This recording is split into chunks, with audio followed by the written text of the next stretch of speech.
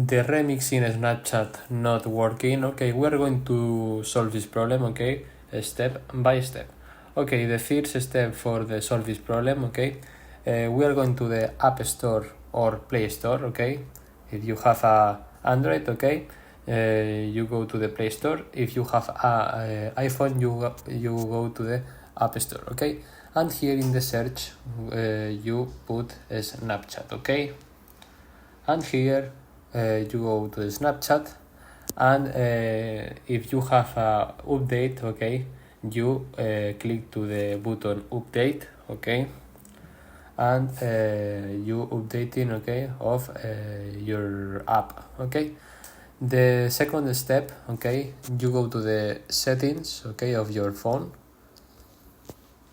and here you go to the, if you have Android, you go to the section apps, and you click, okay. If you have an iPhone, you scrolling down, okay, and you go, okay, to the Snapchat app, okay, here. And here, if you have a Android, okay, you clear cache, and if you have a this, okay, iPhone, you enable this option, okay, of update.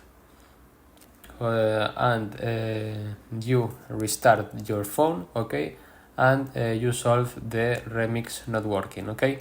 Bye bye.